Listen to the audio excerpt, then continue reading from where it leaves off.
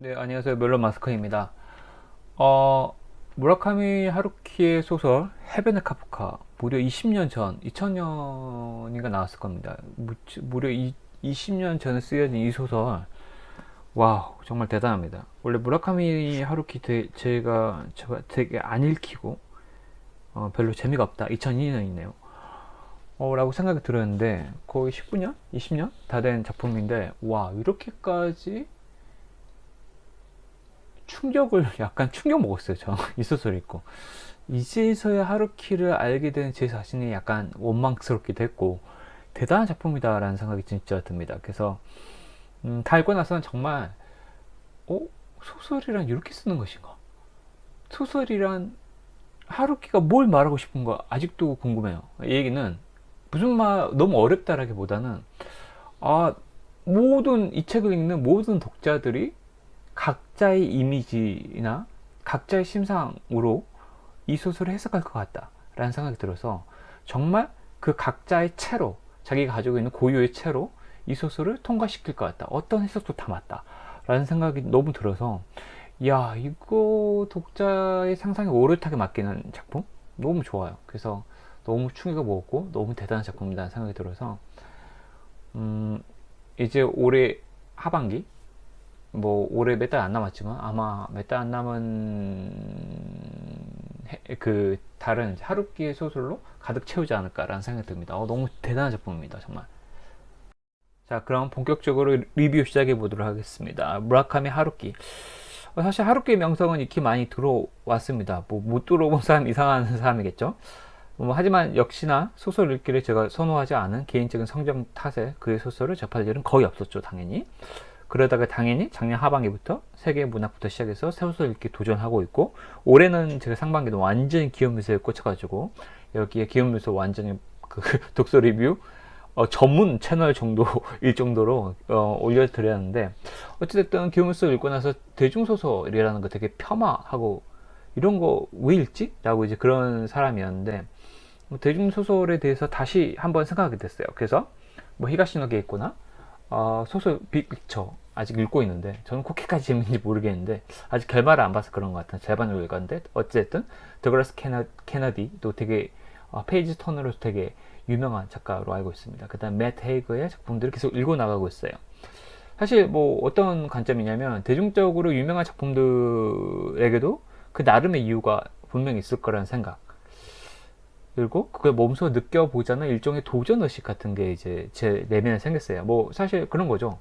어떻게 보면 제가 유튜브나 블로그를 하고 있는데 또 카카오톡 이모티콘도 계속 도전을 하고 있는데 사실 약간 상업적인 거 되게 약간 옛날엔 되게 싫어했었는데 어떻게 보면 상업적인 시장에 이제 도전을 하다 보니까 크몽전자 측도 그러고 나름대로 이제 그렇게까지 실적이 안 나다 보니까 어떤 생각을 하게 됐냐면 그럼 대중이 정말 좋아하는 대중이 선호한 코드에 대해서 약간 요새는 많이 궁금해. 그게 뭐 마케팅일 수도 있고 그런데 사실 대중적으로 되게 유명한 하루키는 대중 소설의 끝판왕, 물론 작품성까지 인정받아서 노벨 문학상 후보로 매년도 거론도 되니까 이런 사람들은 어떻게 쓰기 때문에 그럴까라는 이제 약간 도전 의식 같은 게 정말 생겼어요. 그래서 하루키 작품을 읽어보자 라는 이제 생각으로 했는데 사실 뭐 무엇보다 이제 제가 뭐 일전에 작년에 오디오북 리뷰를 잠깐 남겨드렸는데 제가 이제 하루키 소설은 아니고 에세이 중에 유일하게 완독을 했던 게 직업으로서의 소설가 뭐 글 쓰는 거 되게 좋아했기 때문에 약간 작품서 같은 거 되게 좋아하거든요.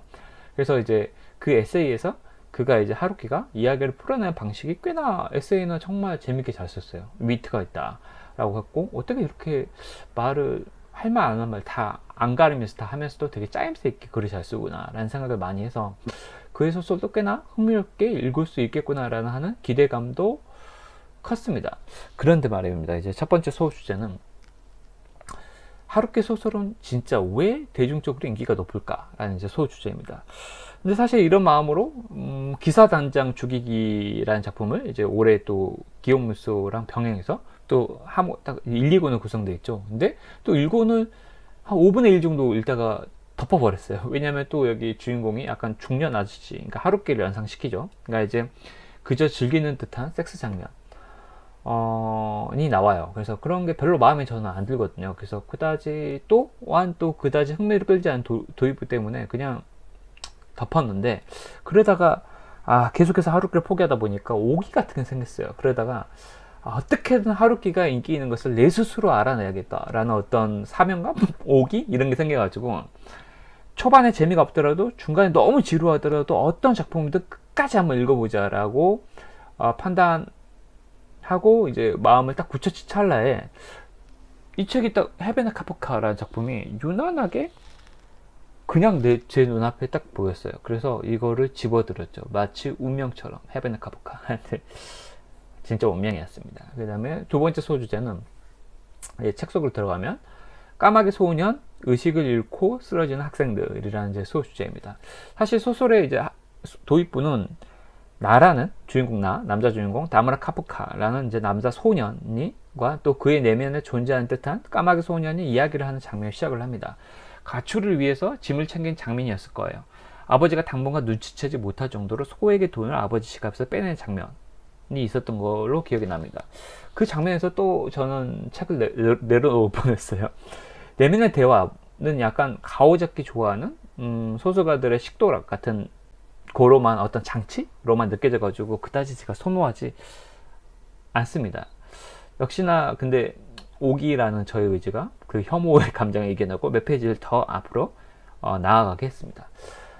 두 번째 장에서는 몇십 년이 지나서 대중에 공개된 미국 국방부 대외비 문서 같은 게 딱 나와요. 근데 거기서 UFO를 연상시킬 정도로 어떤 장면이 나오는데 산으로 탐구학습을 갔던 중학생 한 6명 정도가 동시에 의식을 잃고 쓰러지는 장면이 나와요.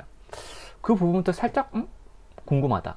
뭐지? 외계인인가? 왜냐하면 또 헤벤 카프카의 모습 자체도 약간 소년의 모습이 약간 이런 UFO 형상처럼 이렇게 약간 하얗게 돼 있잖아요. 그래서 외계인이 몸속에 들어오나? 이 사건의 정체가 뭘까? 라고 하는 식으로 처음으로 궁금증을 가지기 시작해요. 그래서 제가 처음으로 흥미를 가지고 읽기 시작했습니다. 그러고 보니까 제가 기욤 무소도 되게 좋아했던 게 미스터리, 이게 되게 약간 흥미를 내게 느끼는 스타일인 것 같아요. 단순한 얘기보다. 그래서 이제 세 번째 소주제는 이제 고양이와 이야기를 나누는 할아버지라는 이제 소주제입니다. 그리고 또 어떤 할아버지가 등장을 해요. 머리를 짧게 깎은 할아버지이고 그의 이름은 나카타입니다. 그는 지능장애 노인이죠. 글을 읽고 쓸지 모르지만 그에게는 다른 사람에게 없는 특수한 능력이 있습니다. 바로 고양이와 대화를 나눌 수 있는 능력입니다. 그래서 그에게는 고양이 탐정이라는 별명이 붙어 있습니다. 고양이와 대화하는 능력을 이용해서 집 나간 고양이나 실종된 고양이를 주인 품에 되돌려주는 소일거리로 연명하고 살아가고 있어요. 알고 보니 나카타라는 그 할아버지는 UFO를 아까 연상시키는 그 미궁의 사건에서 유일하게 바로 깨어나지 못한 학생이었어요. 다른 학생들은 몇 분이 지나다 모두 다 깨어났고 쓰러져 있던 그 순간을 기억하지 못할 뿐 정신적으로나 육체적으로나 전혀 이상이 없었거든요. 살아가는데 아무 지장이 없었거든요. 그 순간만 기억 못할 뿐. 근데 나카타라는 이 할아버지는 며칠 동안 혼수 상태였어요. 몇 주? 2주? 3주였나? 3일이었나? 좀 헷갈리는데 하여튼 상당 기간 동안 혼수 상태였습니다. 그리고 나서 이 사람은 이제 깨어난 뒤에도 다른 학생들과 달리 아예 쓰러지기 다 바로 직전 온통 기억이 다 애비 아비도 못 알아본 네. 그 기억이 모두 숨으로 사라져버리고 무엇보다 원래 되게 똑똑한 아이였거든요. 거기에 반에서 1, 2등을 다툴 정도로 되게 명민했던 아이였는데 그 지능이 다 사라져버리고 지능 장애 판단을 받게 됩니다. 물론 이제 그 반대급부로 고양이와 대화를 나누는 능력을 갖게 된 것인지도 모르겠지만 말입니다. 어찌됐든 지금 이제 나카타라는 이제 할아버지는 고마라는 고양이를 찾고 있으며 그 과정에 조니 워커라는 정체 모를 남자를 만나게 됩니다. 그 남자는 고양이의 영혼을 모아서 피리를 만드는 일을 평생 해왔다고 말합니다.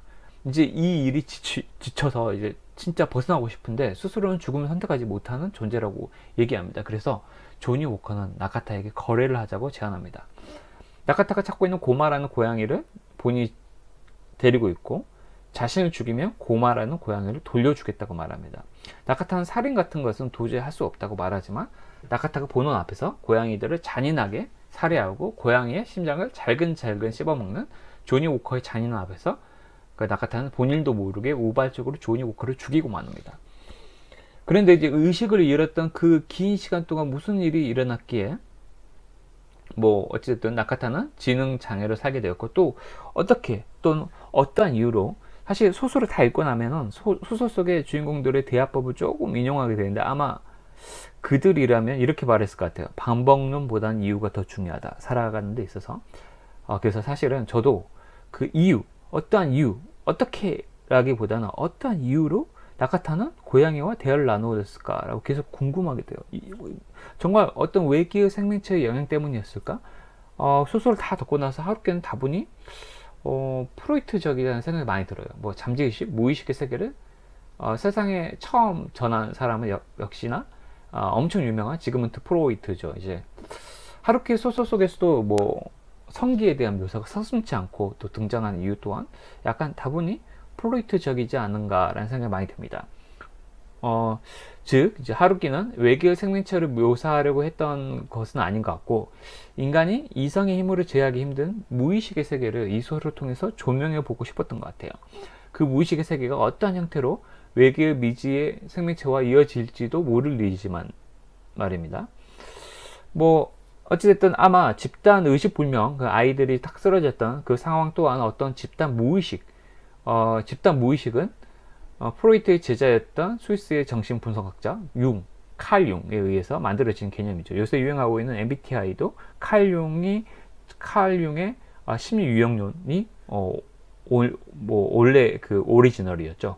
그거를 이제 마이어스 브릭스라는 그 MBTI의 마이어스 M, 그 다음에 브릭스라는 B, 브릭스라는 두 이제 모녀가 발전시켜가지고 16가지 심리 테스트를 만들었다고 해요. 이야기의 겉으로 셌는데, 어쨌든 그 칼 융이 이제 집단 무의식을 만들어내는데, 그 개념 만들어내는데, 그 집단 무의식의 영향이 아니었을까 추측해 봅니다. 저는 원래 이제 소설 속의 메타포를 해석하는 행위를 극도로 혐오하는 편이지만, 하루키 자신이 그런 것을 되게 원했던 것 같아요.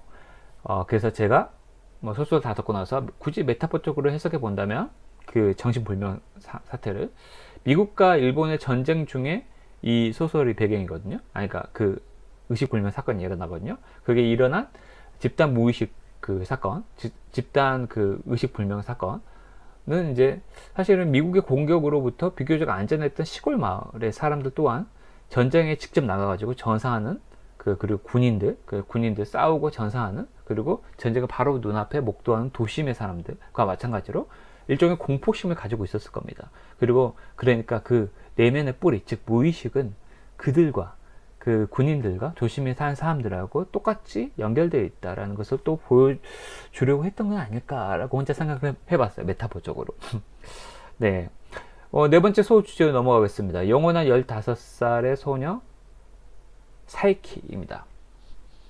사실 프로이트의 오이디푸스 컴플렉스는 아주 유명합니다. 친부를 죽이고 친모와 결혼, 어떻게 보면 이제 성교죠,를 하게 되는 오이디푸스의 이야기. 아직 성장기에 있는 남성은 아버지에 대한 그 질투심에 사로잡힌다는 이야기죠. 이 소설에서도 상당히 중요한 부분은 엄청 그려지는데요. 세상에서 가장 터프한 현재 15살 소년인 남자 주인공 다무라 카프카는 이제 고무라 도서관에서 현재 50이 다 된 사이키라는 여자를 만나게 되죠. 다무라 카프카는 아버지의 저주, 즉 너는 아버지를 죽이고 어머니와 누이를 범하게 될 것이다 라는 다분히 오이디푸스적인 저주에서 벗어나기 위해서 가출을 했습니다. 그런데 운명은 카프카와 사이키를 만나게 합니다. 오직 카프카만이 사이키가 4살 때 자신과 아버지를 버리고 누나와 가정을 떠나버린 어머니라고 확신합니다. 사이키에게 직접 묻는 장면도 나오지만 나의 어머니가 맞냐고 그녀는 대답하지 않습니다. 그러니까 오로지 그냥 다무라 카프카만이 그렇게 생각을 하는 거죠. 그래서 이 소설은 끝까지 안 말해줘요. 그리고 또 소설 내에서 실제로 15살의 혈기왕성한 그 다무라 카프카의 성기, 소설에서는 펜스라고 직접 표현을 합니다. 성기는 이제 사이키를 범하게 되죠. 오이디푸스의 그 저주가 이루어진 겁니다. 물론 사이키 또한 그걸 피할 수 없다고 생각합니다. 사이키는 어릴 적부터 정혼자가 있었고 평생 자신의 반쪽을 찾아다녀야 하는 여타 다른 사람들과 달리 처음부터 완벽한 자신의 짝인 고무라를 이미 만났습니다. 그리고 그들은 아주 어린 시점부터 성에 눈을 뜨고 관계를 가지게 됩니다. 하지만 고무라는 20살에 아주 젊은 나이죠. 비극적으로 생을 마감하게 됩니다. 그때부터 사이키의 인생은 어찌 보면 정지 상태가 된 셈입니다. 소설에서는 다무라 카프카의 주요한 조력자로 나오는 오시마 상이라는 이제 사람이 나오는데, 사실 고무라 도서관의 사서이고 사이키는 그 고무라 도서관의 관장입니다.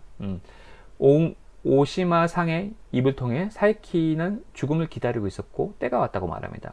마치 전철이 들어오는 것을 기다리는 전철역처럼 그건 피할 수 없이 예정된 일이었다고 말합니다. 그리고 그 전철이 바로 카프카 너라고 말합니다. 즉 사이키는 지난 30여 년 전에 죽은 자신의 정혼자 고무라의 영혼을 카프카 속에서 발견하게 됩니다. 아니 어쩌면 그 둘은 무의식 속에서 하나일지도 모를 일입니다.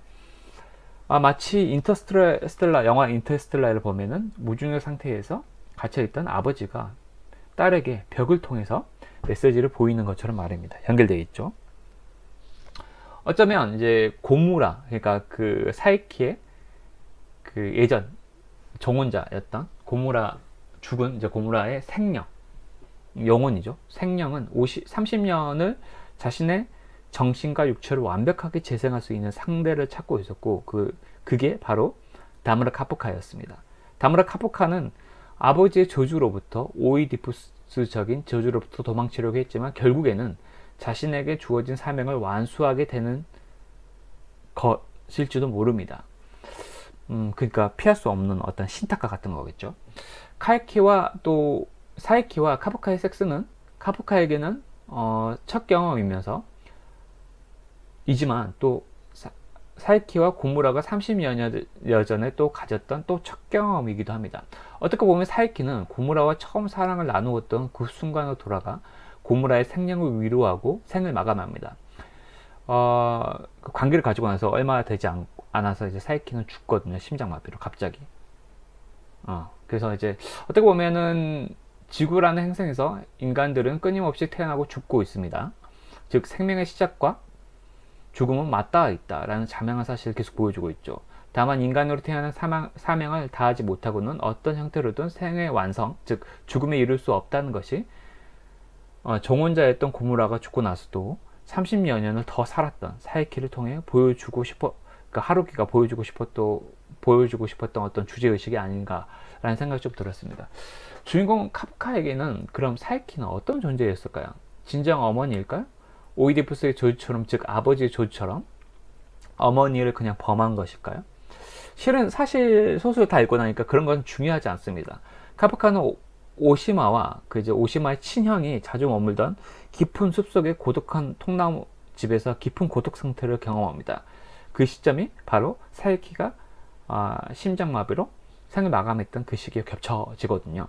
고독사라는 말이 있듯이 인간의 고독은 필요하면서도 또 아주 극히 두려운 것입니다. 그 고독 속에 갇혀서 영혼이 침잠해 버릴 것 같던 시기에 이제 막 자신의 사명을 다하고 생을 완성한, 즉 죽음을 맞이한 50살의 사이키가 마지막으로 찾아옵니다. 그리고 말합니다. 카프카에게 가서 자신의 삶을 살아라.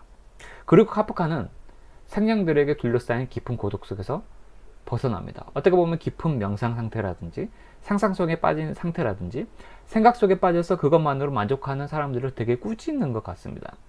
무의식 상태는 정신적으로 극도의 만족감을 줄 수 있을지 모르지만 그러기에 또 약동하는 삶은 전혀 경험하지 못합니다. 외견상 아무런 문제가 없어 보이는 상태는 그러니까 인생, 살아있음이 아닐는지도 모릅니다. 그러니까 우리는 약동하는 삶 속에 몸을 던지고 살아가야 하는 존재라고 무라카미 하루키는 이 소설을 통해서 말해주고 있는지도 모르겠습니다. 이거는 저의 해석입니다. 자, 그 5번째 소 주제는 뻔한 성장 소설의 한계를 벗어나게 한 것은 이라는 겁니다. 개인적으로 사실 결론 부분은 다소 뻔한 메시지, 그러니까 다무라 카프카가 그런 어떤 그 사이키의 말을 듣고 그 고독한 무의식적 상태에서 벗어난 상태에서 삶으로 나오는 모습이 약간 너무 뻔한 어떤 성장 소설인가? 라는 생각이 좀 들어서 약간 아쉬웠어요. 그런데 뻔한 성장 소설을 범주에서 이 소설을 벗어나게 했던 것은 하루키가 상징한 메타포의 세계의 결론을 절대 보여주지 않았다는 것 때문인 것 같아요. 즉 나카타라는 할아버지가 찾으려고 했던 뭐 입구의 돌이라는 게 있거든요. 그리고 나카타가 죽고 나서도 그 입구에 위험천만한 존재가 들어가야 하는 것을 막으려고 했던 20대 청년 호시마의 존재. 이 둘에 대해서는 끝내 하루키는 말을 해주지 않아요. 네, 어떻게 보면 이 소설은 톨스토이의 안나 까레니나가 안나와 또 레빈의 이야기에 병렬적으로 등장하면서 이야기의 큰 두 축을 차지하는 것처럼 헤베네 카프카도 다무르 카프카라는 15살의 소년과 나카타라는 할아버지 이야기가 소설의 큰 두 축을 차지해요. 근데 하지만 그 둘은 끝내 만나지 않습니다. 물론 그 둘은 독자가 짐작하기 어려운 정신적 세계에서 연이어져 있어요. 그들이 추구하는 것은 서로 맞닿아 있을 겁니다. 하지만 물리적으로 만나지 않습니다. 근데 이제 결과론적으로 소설에서 하루키는 끝까지 나카타를 지능장애로 만들었던 그 존재, 그리고 나카타가 찾으려고 했던 입구의 돌, 그리고 그 입구에 들어가려고 하는 끈적끈적한 하얀 물체에 대해서 중언부언 설명하지 않아요. 아예 일절 설명하지 않습니다. 그게 외계 생명체인 것 같지는 않아요. 마치 그렇게 약간 그런 느낌을 그려지는데, 어떻게 보면은 인간이 각자 상상하는 허구이거나 그 하얀 물체나 입구의 돌 마저도, 그리고 어떻게 보면 그 집단 의식불명 상황 자체도 우리 인간이 상상하는 허구나 뜻은 우리 인간이 그냥 상상했던 그 전쟁의 그 미국과 일본의 그 전쟁의 공포심이 자아낸 어떤 무의식의 어떤 또 다른 형상에 불과했을지도 모른다는 생각이 들더라고요. 사실 이 모든 게 꿈이었다. 한여름밤 꿈이었다. 일지도 몰라요. 근데 그거를 대놓고 하루키는 말하지 않습니다. 이거를 무라카미 하루키는 이 모든 것을 오롯이 독자들의 상상에 맡깁니다. 그래서 독자에게 오롯이 맡기는 게 소설이다 라는 제가 부주제를 썼지만, 기욤무새를 제가 엄청나게 좋아했지만, 기욤무새가 어떤 미스터리 제가 좋아한다 그랬죠. 실마리를 막 던지다가 마지막에 모든 떡밥을 해소하면서 긴장감을 해소하며 충격적인 반전을 주며 기슬전결이 완전히 딱딱 맞춰진, 앞뒤가 딱 맞춰진 명확한 완성형을 추구하는 이야기꾼이라면, 하루키는 미스터리를 시작해서 더욱 큰 미스터리를 우리한 독자에 던져주면서 마무리하는 불안정성을 추구하는 이야기꾼이라고 하기가 좀 부족한데 소설가가 아닌가, 문학인이 아닌가 싶습니다. 마지막에 이제 나오면서 이제 마무리 짓겠습니다. 사실 책을 다 푼 지는 3일이 지났습니다. 사실 막 덮고 나서 밀려오는 그 오묘한 충격을 잊을 수가 없습니다. 그 충격감을 글로 표현하려다가 어떻게 써야 할지 몰라 초반부를 쓰다가 노트북을 덮었습니다. 생각의 정리가 필요했습니다. 과연 하루키는 무엇을 말하려고 했던 것일까? 보통 이제 시간이 지나면 이제 머릿속에 제 나름의 논리와 문법이 생겨납니다. 그게 작품 해설을 읽어서인지 아니면 또 제 안에 그 하루키가 말했던 것은 무의식이 작동해서 질서를 찾아가서 그러는지 저는 모르겠지만, 어찌됐든 그 결과물을 우리는 숙성 과정이라고 부르죠. 그런데 3일이 지난 지금도, 그리고 이 리뷰를 다 써가는 지금까지도 저는 모르겠어요. 도대체 하루키가 무슨 말을 하려고 하는 거지?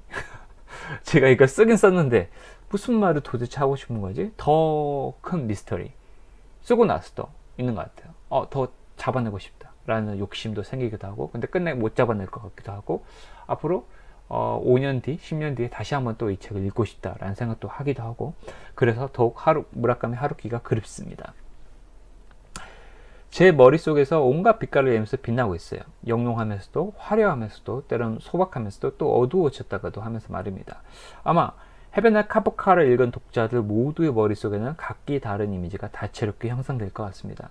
어쩌면 그건 애초에 숙성이라는 과정 자체가 필요 없는 소설이었기 때문이 아닐까 싶습니다. 자, 그럼 헤베네 카프카 소설 그 자체를 만나보시겠습니까? 네, 오늘도 여기까지 들어주신 여러분 정말 감사하고 항상 행복하시길 바랍니다. 감사합니다.